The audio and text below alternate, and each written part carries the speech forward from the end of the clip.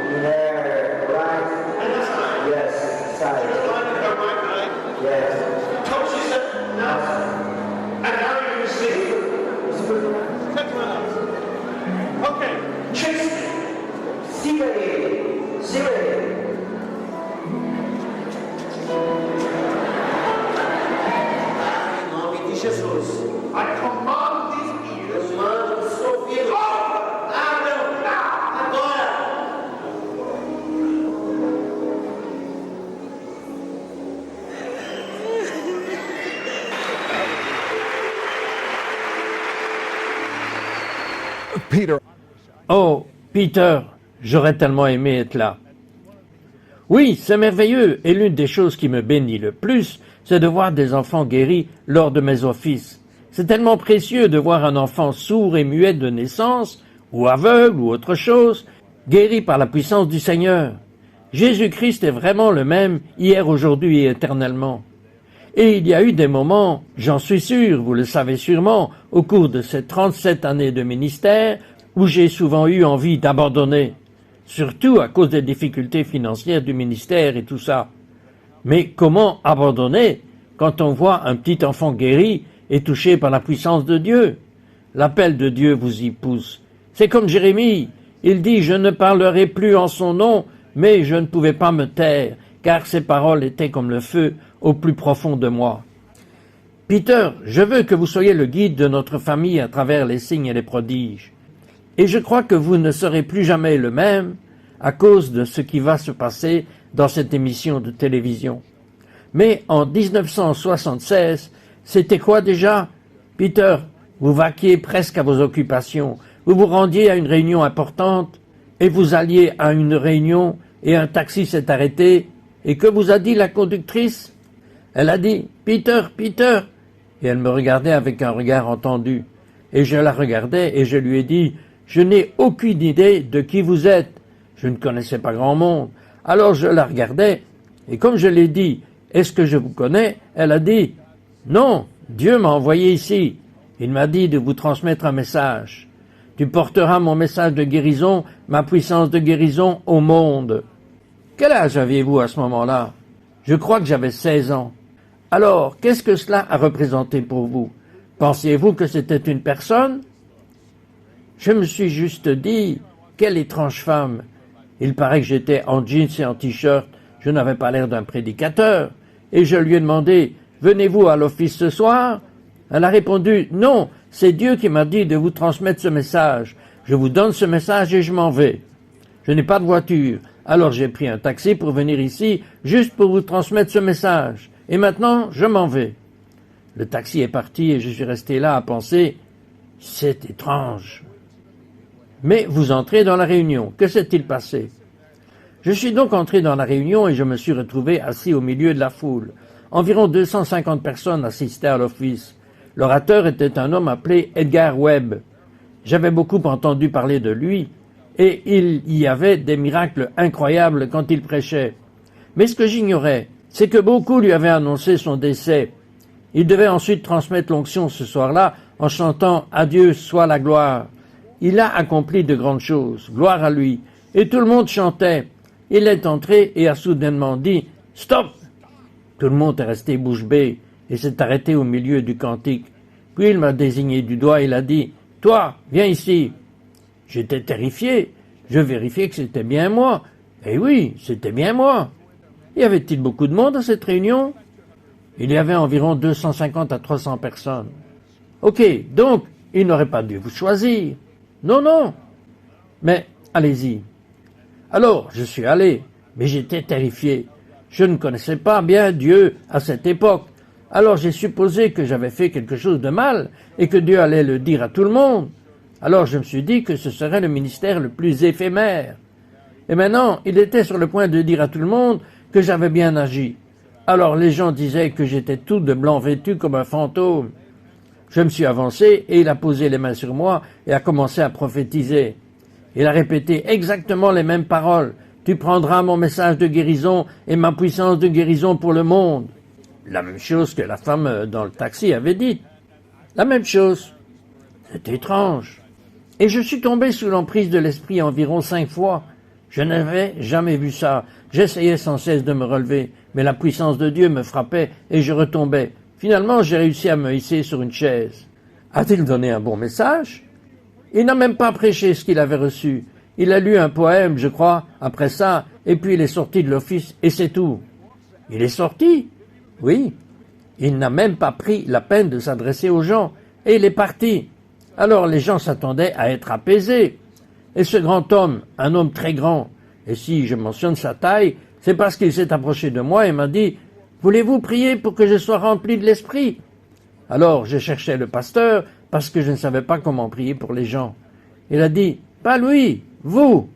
C'est vous qui avez reçu la prophétie. » J'ai prié « Seigneur, guéris-le. » Et dès que je l'ai touché, il est tombé sous la puissance de l'esprit. Il était si grand qu'il a fait voler tout le monde. Et ce jour-là, il m'a touché et les membres du ministère se sont approchés et ils ont dit « Voudriez-vous venir parler à notre groupe de jeunes? Voudriez-vous venir prêcher dans notre église? Laissez-moi bien comprendre. Vous êtes un jeune de 16 ans, vous n'avez jamais vu quelqu'un tomber sous l'effet de l'esprit, c'est vous qui tombez sous l'effet de l'esprit, alors vous vous mettez à prier pour les gens et ils se sont effondrés sous la présence de l'Esprit de Dieu. Qu'en avez-vous pensé? Pourquoi cette onction était-elle si puissante? Je marchais dans les cuisines et les gens tombaient sous son emprise.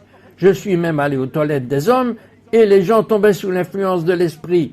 Je suis allé prêcher dans une église épiscopale, une église anglicane, et chaque personne pendant l'office est tombée sous l'influence de l'esprit. L'onction était vraiment intense. Peter, gardez cette idée en tête. Quand nous reviendrons, vous allez découvrir un signe particulier que Dieu a donné à Peter et je veux qu'il vous le révèle. Écoutez, il a passé 37 ans à apprendre les choses de l'esprit. J'aimerais qu'il vous donne quelques clés. Ne vous en allez pas.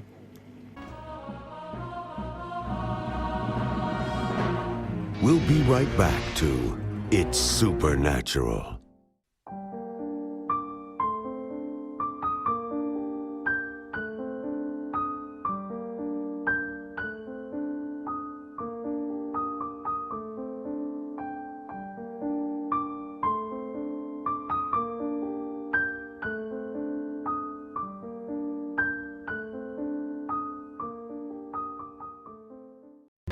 We now return to It's Supernatural.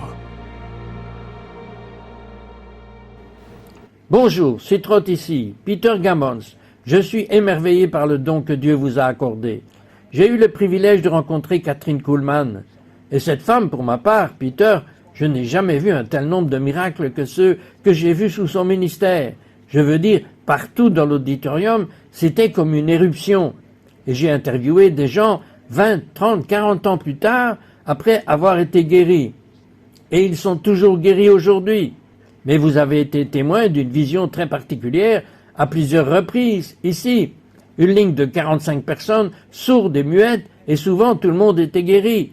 Comment ce don a-t-il commencé à se manifester? J'ai demandé au Seigneur un signe qui soit notable, que les incrédules ne pourraient pas nier. Eh bien, vous savez, c'est ce qu'on appelle un miracle messianique, parce que c'est ce que Jésus a fait. Et je les alignais et je disais aux gens, s'ils ne sont pas tous guéris, vous n'êtes pas obligés d'y croire. Mais s'ils sont tous guéris, vous devez y croire. Et des milliers ont reçu le Christ dans ces circonstances. J'annonçais, lors de ces événements d'évangélisation à travers le monde, qu'une nuit en particulier, je prierais pour les sourds et les muets, et parfois on vidait des écoles pour sourds et muets. On amenait les enfants et on les voyait. Qu'est-ce que les écoles ont fait après que tous les élèves ont pu entendre, pour devenir des écoles pour entendants? Écoutez, il y a des histoires amusantes. L'une des plus drôles s'est déroulée à Zimbabwe. Ils ont amené 5 garçons sourds et muets, et Dieu les a guéris. Le lendemain, le pasteur est venu me voir. Il a dit qu'ils n'ont pas été guéris. Je lui ai demandé, mais que voulez-vous dire? Il a dit, mais je n'arrête pas de leur poser des questions et ils ne répondent pas. J'ai dit, bien sûr qu'ils ne répondent pas. Ils n'ont jamais entendu de mots auparavant. Il faut leur apprendre, comme un bébé. Il faut leur apprendre à parler. Ils ne comprennent pas ce que vous dites parce qu'ils n'ont jamais rien entendu de leur vie. Et je suis revenu 1 an plus tard et ils leur avaient tous appris à parler. Il les avait pris en charge personnellement. Vous pensez que c'est quelque chose? Et quelqu'un à qui on a versé du plomb en fusion dans l'oreille. Je veux dire, il n'y a rien, aucun appareil pour le guérir. Parlez-moi de cette personne. Oui, je priais tout le long du trajet, et je fais toujours comme Jésus. Que vous est-il arrivé? Je suis mécanicien. Je travaillais sur une voiture, et du métal en fusion m'est entré dans l'oreille et a détruit toute l'oreille interne. C'est horrible. Oui, alors j'ai dit aux gens, ce dont nous avons besoin, ce n'est pas d'une guérison. Guérir, c'est réparer quelque chose. Ce dont nous avons besoin, c'est d'un miracle créatif. Et soudain, mon doigt a disparu à l'intérieur de la tête de cet homme. J'ai dit, recréer la partie de cet homme qui a été détruite. Soudain, j'ai eu l'impression d'être ces 5 petites souris qui couraient partout dans sa tête. J'ai senti quelque chose toucher mon doigt et ça a commencé à le repousser hors de son oreille. Qu'est-ce qui poussait? Dieu l'a recréé à l'intérieur de lui. Donc il n'y avait aucune raison pour que votre doigt ait disparu. Oui, alors il s'est retrouvé avec un nouveau tympan, et je ne pouvais plus remettre mon doigt dans son oreille. Et quand je lui ai chuchoté à l'oreille, il pouvait répéter tout ce que je disais, et il pouvait entendre normalement. Maintenant, je sais que vous voyez ça tout le temps, des personnes sourdes qui retrouvent l'ouïe. C'est un signe remarquable que Dieu vous a donné, mais cela a forcément eu un impact, non seulement sur lui, mais aussi sur vous, une fois que vous avez compris ce que Dieu avait fait pour vous. Oui, enfin, certaines personnes sont stupéfaites, mais pour moi, c'est quelque chose de quotidien. C'est tellement courant. Cela m'a plus aidé que ça. Maintenant, en plus des signes et des prodiges, Dieu a fait de vous un enseignant de la révélation. Je n'ai jamais vu certaines des révélations que vous enseignez. Par exemple, vous prenez les noms de Dieu en hébreu et vous les enchaînez ensemble, et chacun d'eux est une révélation progressive de Dieu.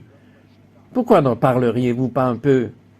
Oui, j'ai un enseignement intitulé « Toi et moi », où je montre comment Dieu se révèle dans les Écritures pour nous permettre de le connaître. Dans de nombreuses écoles théologiques, on élabore des théories complexes selon lesquelles la Genèse aurait été écrite par plusieurs auteurs. Elohim sur terre et Yahweh. Mais Dieu se révèle d'abord comme Elohim, le grand Dieu créateur, et c'est la première chose que nous devons connaître, la grandeur de Dieu. Puis Dieu se révèle dans la Genèse chapitre 2 comme Yahweh, le Rédempteur aimant. Dès l'instant où Dieu crée l'homme et la femme, il change de nom et devient Yahweh, le Rédempteur. Avant même la chute de l'homme, Dieu se présentait déjà comme la solution. Et donc ensuite nous devons le connaître de manière intime et personnelle comme un rédempteur aimant. Et c'est là la différence. Quand le diable parle de Dieu, il utilise toujours le mot Elohim. Par exemple, dans le dialogue entre Job et ses amis, ils parlent tous d'Elohim. Et il y a beaucoup de gens qui croient en Dieu, mais qui ne connaissent pas Yahweh. Il faut le connaître personnellement. Si vous vous adressez à un non-croyant, il vous dit « Eh bien, je crois en Dieu ». Oui, il croit en Elohim, mais il ne connaît pas Yahweh. Il faut le connaître comme un rédempteur plein d'amour. Alors il se révèle comme Adonai, ce qui signifie Seigneur. Et il est essentiel de comprendre que Dieu est Seigneur, et se soumettre à sa seigneurie ne signifie pas se soumettre à un tyran. C'est fermer la porte au diable, car Dieu n'a pas le droit d'intervenir en notre faveur tant que nous ne nous soumettons pas à lui et ne lui donnons pas l'occasion et le privilège. L'étape suivante est donc de se soumettre à sa seigneurie. Et lorsque nous nous soumettons à sa seigneurie, il se révèle comme El Shaddai, le Dieu qui suffit à tout, le Dieu qui pourvoira à nos besoins et nous comblera de grâce. Et c'est là un problème pour de nombreux chrétiens. Ils cherchent à connaître El Shaddai, ils cherchent à se faire connaître pour prospérer et pour qu'ils répondent à leurs besoins financiers et les combler d'abondance. Mais il y a un chemin à parcourir, et c'est intéressant. En étudiant la vie d'Abraham, on voit ce cheminement, sa rencontre avec Elohim. Il apprend à le connaître et l'appelle Yahweh, et Dieu se révèle. Alors il se soumet à lui comme Seigneur et l'appelle Adonai. Et Dieu lui dit alors, « Maintenant je suis El Shaddai », et son fils Isaac appelle Dieu El Shaddai, et son fils Isaac appelle Dieu El Shaddai. De toute évidence, Abraham avait enseigné à son fils, « Voici le Dieu, c'est le Dieu qui pourvoit ». Ce que je trouve fascinant, c'est que lorsque Peter partage cette révélation, il ne s'agit pas seulement d'un enseignement, il l'a vécu, il l'a expérimenté. Et quand il parle du nom de Dieu, El Shaddai, des miracles se produisent. Ne partez pas, on revient tout de suite. We'll be right back to It's Supernatural. Jamais tu ne vivras le total de Dieu si tu ne fais de Jésus-Christ ton modèle. Et ton modèle, lorsqu'il a commencé son ministère, il était seul dans le désert. Jésus a commencé le ministère dans la solitude. Ça veut dire que la solitude fait partie de la vie chrétienne. We now return to It's Supernatural. Bonjour, c'est ici avec Peter Gammons. Et pendant la pause, Peter m'a fait part d'une révélation que Dieu lui a montrée, comment fermer la porte au diable. Et je veux qu'il vous le dise. Il est très important de comprendre que Dieu m'a parlé et m'a dit « Le diable ne peut pas t'atteindre sur mon territoire. Il doit t'amener sur le sien pour t'atteindre. » Et le territoire du diable, c'est la peur, le doute, l'incrédulité. Quand nous marchons dans l'amour, la foi et l'obéissance, le diable ne peut pas nous voler. Ainsi, le diable, chaque jour, essaye de vous attirer sur son territoire, où il a le droit de vous voler, et où Dieu n'a pas le droit de l'en empêcher. Nous vivons donc un combat spirituel. Il y a une guerre spirituelle en cours, et il est important de savoir comment fermer la porte au diable. Lorsque Satan se présente devant Dieu et parle de Job, Dieu dit « Vois, il est entre tes mains ». Maintenant, certains chrétiens ont une conception erronée. Dieu aurait confié Job au diable. Dieu ne livre pas ses enfants au diable. Il dit « Voici », ce qui signifie « Regarde, il est déjà entre tes mains ». Comment est-il tombé entre les mains du diable? Eh bien, nous voyons au chapitre 3, verset 25, il dit « Une chose que je craignais beaucoup est arrivée sur moi ». Ainsi, le diable utilise nos peurs, notre foi et notre parole comme une porte pour s'introduire dans nos vies. Autrement dit, il utilise les lois spirituelles contre nous. C'est un sujet que j'enseigne souvent, comment faire. Alors c'est un légaliste. Oui, absolument. Il vient avec un livre. Ce n'est pas seulement un menteur, mais c'est aussi un avocat. Et c'est ainsi qu'il s'appuie sur des bases légales, car il sait que Dieu est juste. Eh bien, j'ai prêché cela une fois dans une église à Londres. C'était la plus grande église de Londres, et j'ai fait une remarque. Le pasteur m'a dit plus tard, j'ai failli tomber de ma chaise quand je vous ai entendu dire ça. Mais il a dit que plus il y pensait, et plus ça lui paraissait normal. Et j'ai dit, Dieu est juste. Et il est juste même envers le diable. Et le diable réalise que s'il a des bases légales pour voler le croyant, Dieu n'a pas le droit de l'en empêcher. C'est donc là que nous devons apprendre.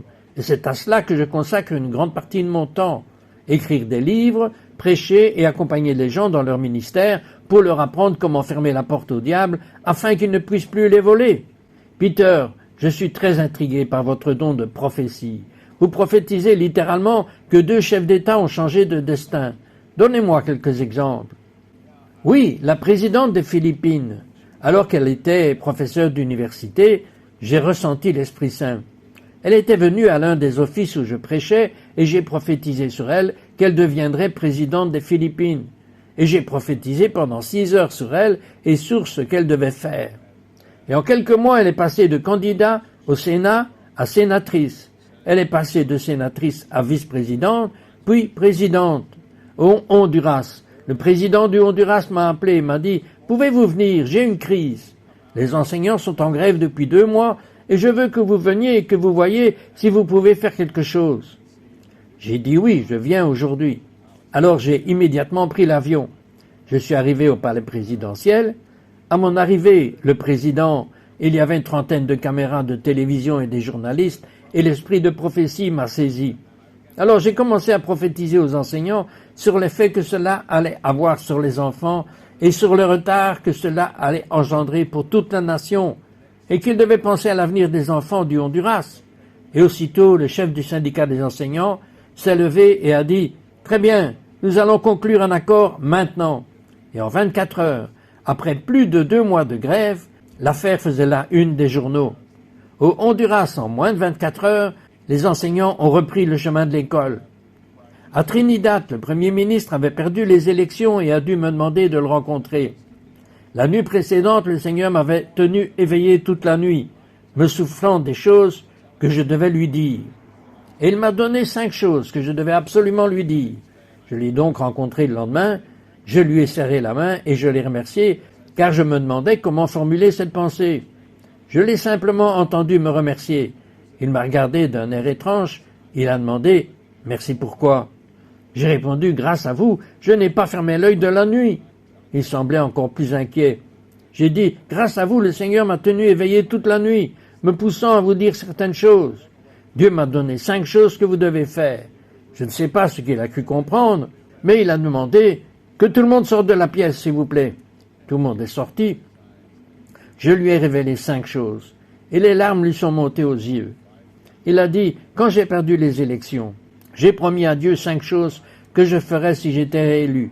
Et vous venez de me dire les 5 choses que j'ai promis à Dieu de faire. » Et quelques mois après ma rencontre avec lui, la personne qui l'avait battu aux élections a été destituée par le Congrès. Et ils l'ont réélu Premier ministre. Dites-moi ce que Dieu vous a dit à propos de l'Amérique il y a quelques années.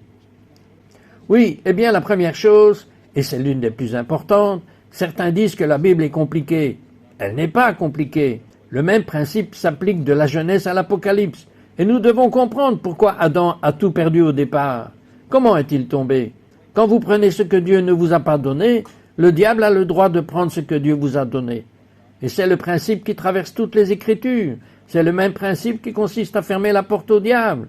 Et c'est ce que j'enseigne. Et vous devriez expliquer que l'Amérique est sous une malédiction.